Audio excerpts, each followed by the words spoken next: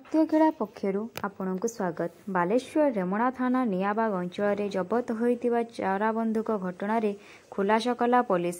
ଏହି ଘଟଣାରେ 3 ଜଣ ଅଭିଯୁକ୍ତଙ୍କୁ ଗିରଫ କରିବା ସହ 4 ବନ୍ଧୁକ ଓ ଗୁଳି ଜବତ କରିଛି ପୋଲିସ। ଏହି ବନ୍ଧୁକ କାରବାରରେ ଆଉ କାହାର ସମ୍ପୃକ୍ତି ରହିଛି କି? ଏନେଇ ଅଭିଯୁକ୍ତମାନଙ୍କୁ ପଚରାଉଚରା କରାଯାଉଛି। ବାଲେଶ୍ୱର ବେଆଇନ ବନ୍ଧୁକ କାରବାର ବନ୍ଦ କରିବା ପାଇଁ ଏସ୍ପିଙ୍କ ନିର୍ଦ୍ଦେଶରେ ଏକ ଟିମ୍ ଗଠନ କରାଯାଇଛି।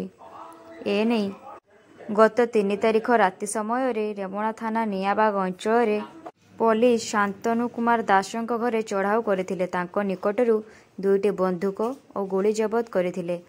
ପରେ ଡିହ ରେମୁଣାର ଅମିତାଭ ଦ୍ୱିବେଦୀ ଓ ଶିଳ୍ପାଞ୍ଚଳ ଥାନା ଅଚ୍ୟୁତପୁରର ମନୋଜ କୁମାର ଭୂୟାଁଙ୍କୁ ଗିରଫ କରିଥିଲା। ପୋଲିସ ଉଭୟଙ୍କ ନିକଟରୁ ଗୋଟିଏ ବନ୍ଧୁକ ଓ ଗୁଳି ଜବତ କରାଯାଇଥିଲା। ଏହି 2 ଅଭିଯୁକ୍ତଙ୍କୁ ମୁଖ୍ୟ ଅଭିଯୁକ୍ତକୁ କୁହାଯାଉଥିବା ଶାନ୍ତନୁ ଦାସ ବନ୍ଧୁକ ଯୋଗାଇଥିଲା। ଏହି 3 ଅଭିଯୁକ୍ତଙ୍କୁ ଗିରଫ ପରେ ପୋଲିସ ଅଭିଯୁକ୍ତକୁ ଅଧିକ ପଚରାଉଚରା କରୁଛି। ଏନେଇ ରେମୁଣା ଥାନାରେ ଏକ ସାମ୍ବାଦିକ ସମ୍ମିଳନୀ କରି ଅତିରିକ୍ତ ଆରକ୍ଷୀ ଅଧୀକ୍ଷକ ଦେବଜ୍ୟୋତି ଦାସ ସୂଚନା ଦେଇଛନ୍ତି। ଧନ୍ୟବାଦ।